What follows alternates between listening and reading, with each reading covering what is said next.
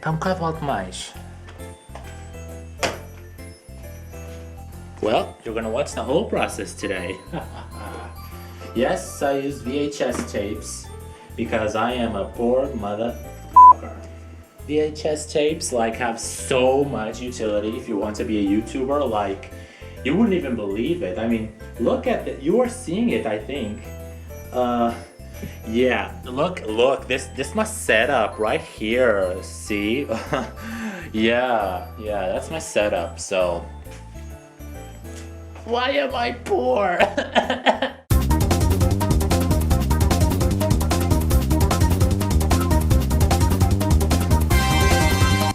In spite of me talking about total drama 24/7 on this channel, it's not my favorite thing in the world.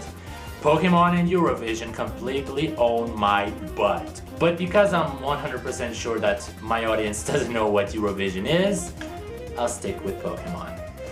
It's widely known by the toxic Pokemon community that Pokemon isn't what it used to be. The franchise has tackled many genres of games over the years, some extremely good like Pokemon Pinball and Mystery Dungeon, and some very questionable genres like that weird Magikarp game. But at its core, Pokemon is remembered by its fun and simple battle system. However, since Generation 6, that it has become clear that this franchise is more of a way of exploitation of the fans' money than a fun game. It became a husk with no soul. And this became clearly evident in 2019, where we got to see some questionable animation for a Switch game. The game was clearly rushed in order to make money off of children's Christmas wishes. It's a shame because I'm pretty sure that the fans wouldn't have minded waiting another year for the 8th gen to be released. At the time that the game footage was announced, a lot of YouTubers started talking about a game I own called Pokemon Battle Revolution. Not the best game, sure, but a game with great animation and nicer graphics. 12 years before, a Pokemon game was released on a more potent console. Now, I am not defending Game Freak over here, because in reality, Game Freak did not develop this game. But the truth is that Pokemon Battle Revolution focused solely on battling and not overworld traveling like they had to do with Pokemon Sword and Shield.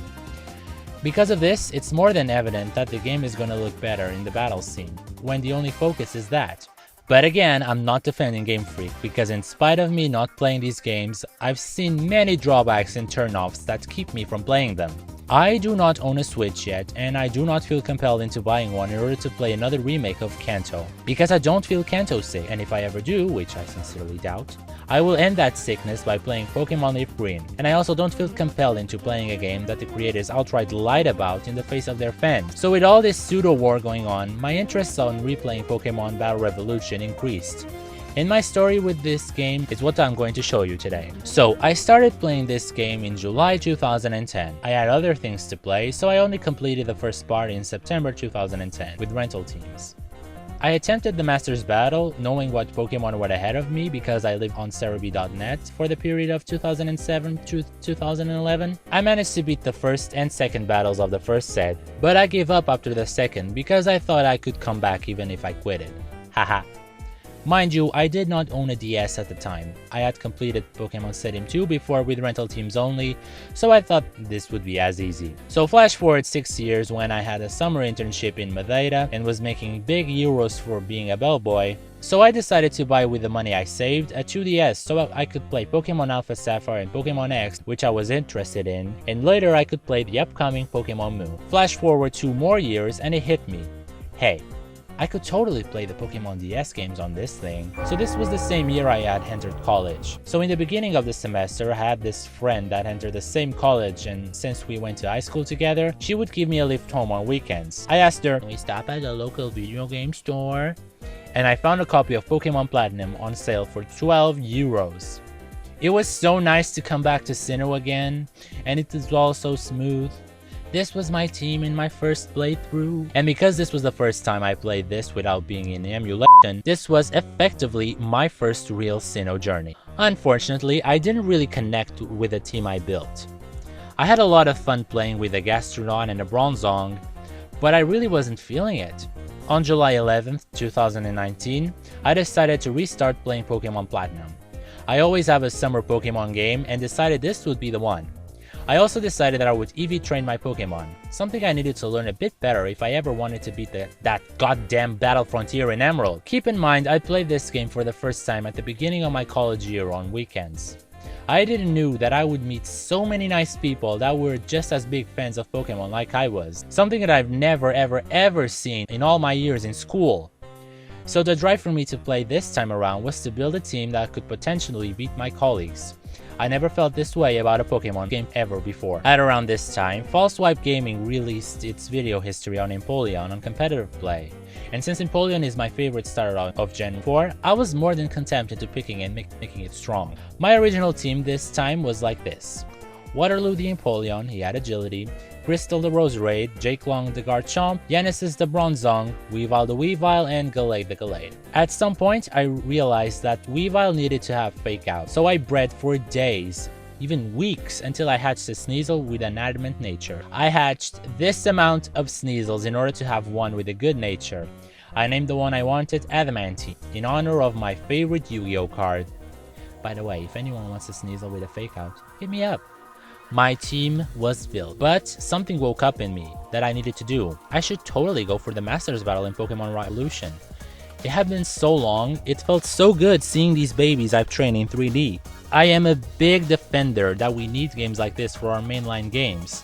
The novelty was that we could see our Pokemon in 3D, sure, but having us invest our time in planning for these battles with the Pokemon that we've created just adds dozens and dozens, if not hundreds of hours to our gameplay. I mean, have you ever played Crystal with the goal of battling in the Little Cup? I promise you that in the end you will feel more connected to your virtual babies than ever before. So I headed for the Masters Battle. Set 1. I was feeling all high and mighty with a casual team that I haven't EV trained properly to its full extent yet, and to my surprise, I was beaten. Back to Platinum, I finished my training and had the Electivire they offer for beating the first part of the game in place of Gallade, and went through sets 1, 2, and 3 with no problem, but Mysterio's team crushed mine many times. Luckily, a cool thing that Pokemon Platinum does is the ability for you to catch the other mascots of the generation. So I went there, caught them, gave them some TMs, and was good to go. No EV training invested into these two whatsoever. They got me through Mysterio's battle, but I decided to take a little break from these battles because I knew they were gonna get intense, and also college was restarting. When Christmas break rolled around, and with me having passed all my courses somehow, I decided to entertain myself with this game again. My team got crushed on my first battle of set 5. I couldn't do anything. My opponent's team was too fast, and this is where the thing got problematic. I analyzed the way he used his team and came to the conclusion that I needed a redirector on my team. With the Pokemon I had, I could totally make it work, but I had to get rid of Bronzong. He wasn't doing nothing. In a battle I fought previously, a trainer used the Cosmic Power Follow Me Moonlight set on Clefable, and I thought that would be a nice add to my team. I wanted a Togekiss with Serene Grace, but I had a huge problem. The hatched Togepi that Cynthia gave us had Hustle as an ability and was male. That meant that unless I could get a female Togepi, I couldn't breed one to have Serene Grace. My only option was to catch a Ditto. Now, in previous generations, Dittos are actually easy to catch, but in this game, it is absolutely impossible. The only way that Ditto could appear in the wild is if you talk to Mr. Backlot, and he says that he once saw one there. I had to soft reset the game a bazillion times in order for him to say the word Ditto. He said every freaking Pokemon on this list, and you know what? I spent 2 freaking months trying this and I still did not manage to do it. I have no idea how can people be so patient and do shiny hunting. This was one of the most tedious things I've ever had to do, and the worst part is that I still don't own a Ditto. You suck a lot, Mr. Backlot. So my Masters battle was being kept on hold while this happened, but when quarantine rolled around and I was stuck at home, I came to the conclusion that maybe there were other Pokemon that could redirect attacks and still function as a good Pokemon. That's when I came across a Clefairy and thought, you know what, I'm catching you. It had an impish nature, which was amazing. And once it got trained to its max, I couldn't believe how tanky it was with a single Cosmic Power. She could tank even fighting attacks coming off Machamps and Heracrosses. She has Magic Guard, so no drawbacks from Toxic or Leech Seed. I've never played a Pokemon game with a Clefable on a serious team. They are extremely fun to train, but I never used one on my serious team, only troll teams. I was so surprised she came through the team and fitted in so well. but I had to get rid of a beloved teammate, and unfortunately, it had to be Crystal. She was such a trooper. She could regenerate herself so easily with a high special attack. It hurt, but it had to be done because grass and poison wasn't helping that much in these battles. But it was a necessary sacrifice because this pink fairy carried the team through sets 5, 6, and 7. We lost a few times in set 5, but we were Gucci. All thanks to Clefable. I named her Fabulous because she did a fabulous job carrying our team. Clefable appreciation moment! I also EV trained my Palkia so that I could use him, figuring he had less weaknesses than his counterpart and wouldn't find many dragon type Pokemon. That's a cute thinking Dragon Palkia used to have, almost no weaknesses. Thanks fairies. Knowing the battles that were coming up ahead in set 8, I took a little break through April and May because exam session in college was starting and I needed to focus on that. And so after I once again passed every course I took, I dedicated myself into this 100%. Now that my heart was in this thing, nothing could stop. I lost my first battle. That Hail team was going to be troublesome. Only Adamantine could stand up to the moves and my MVP Jake Long wouldn't stand a chance against those icy moves. So my team still needed some optimization. A Pokemon that I've always felt comfortable with was a Metagross, but Beldums are really tough to catch in the wild, like they are just as hard to catch as legendary Pokemon. But in order to find one, I had to wait until an outbreak could appear. It took just 2 weeks until one appeared, and in the midst of this, a Larvitar outbreak came up, and I decided to breed one with Dragon Dance and an Adamant nature. In order to fit these two tanks on my team, I had to open up more space. And I gave up Electivire because he was slow as hell, and I didn't feel connected to him as I should, probably because I didn't train him from scratch, and gave up Palkia in order to fit Tyranitar. I went into this set and the first 3 battles were just cake. They were so easy, but Mysterio's battle hit hard. Once again, my team wasn't enough. Something was off. I didn't want to give up Empoleon. He was the team captain. I couldn't give up my baby away. I love him so much. But it had to be done. I thought that by having Palkia back on the team I could do it, but the 3 times I tried, Palkia was useless. So a space was open for my team. I needed a Pokemon that could use electric attacks in the range that Mysterio's Kyogre was doing. It also needed to be able to withstand water spouts, and it needed to be fast. After my 3rd loss, I was trying to fall asleep that night, and it hit me that a Pokemon that fulfilled all these requirements I was looking for had been looking down upon me this whole time.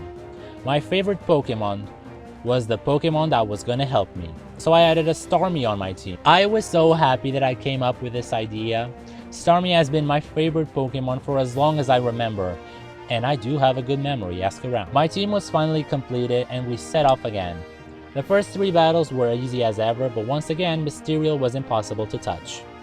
Starmie just wasn't fast enough. Kyogre should not be so fast. I lost 3 times once again, but I didn't lose my faith in my favorite Pokemon. On my 4th try, I came up with another strategy, and this is the battle I want to talk about. I led off with Adamantine and Fabulous, and Mysterio led off with Kyogre and Mewtwo.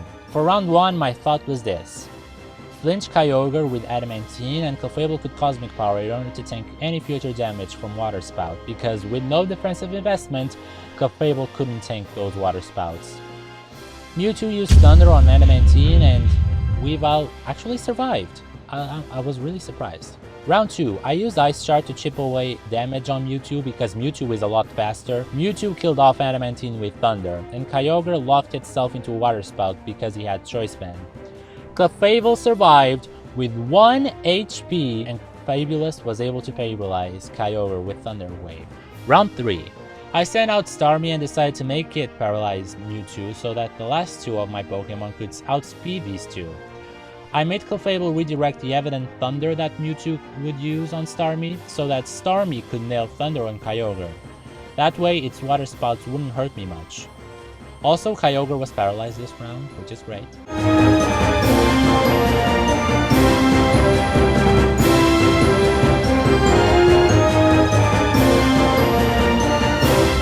Round 4. I sent out Jake Long and used Swords Dance to make my moves a little stronger. Kyogre used Water Spout that didn't do much, and Mewtwo killed off my Starmie.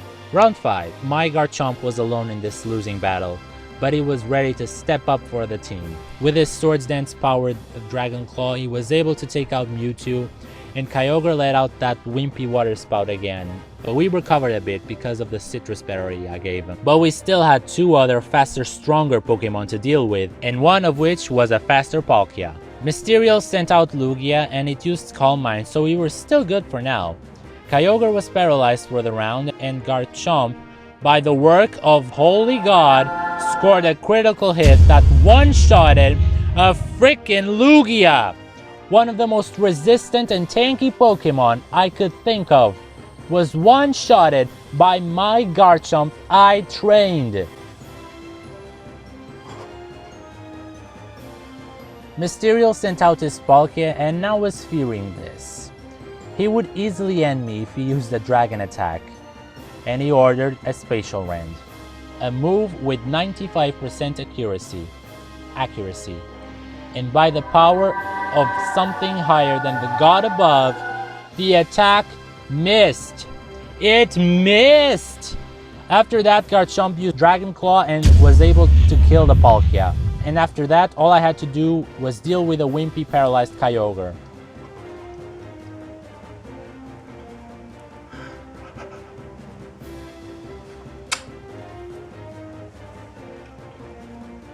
Thank you, India. It was an authentic miracle that Spatial Rend failed. Jake Long has Sandville as an ability, but Sandstorm wasn't up, so the fact that he missed only proves how lucky I got there, because I was 95% sure that we were supposed to die in that round. So in round 8, one nice Dragon Claw, and the gold was ours. 1 year of determination and investment came full circle. We beat the Masters battle, but I don't think I would have been able to do it one more time, because this was accomplished by sheer luck. If you are a Gen 4 fan and have a Wii lying around, I advise you to play this game. Just like Stadium 2, it gave me a sense of connection with the Pokemon I train, and honestly, this was one of the hardest challenges I had to face as a Pokemon fan. Some might argue that Colosseum and Gale of Darkness are also hard titles, but the truth is that in here we don't have to catch Metagrosses obligatorily in order to complete the story. It's definitely sad that a game that is 12 years older than the current games actually looks better. I'm not saying that these games are perfect though. It gets kinda boring having to transfer my Pokemon into the game every time I make a crucial change in a Pokemon, like giving him an item or give them a stronger move. It also gets really frustrating having to save every time you want to leave. Sometimes I forgot this, and one time I had to redo a whole set because I forgot to save. These weren't problems in both the Stadium titles. But overall, I had a tough and fun time crafting and planning my team. And I still defend that Game Freak should do something like the Stadium titles. Not for the novelty of seeing Pokemon in 3D, but to make willing Pokemon fans feel challenged like they used to. Pokemon appeals to all ages, and although its target audience is kids in Japan, in the world there are many fans that have not been satisfied by Pokemon titles lately due to the difficulty bar being set so low. I'm pretty sure that my video won't change anything, but at least I had fun doing it.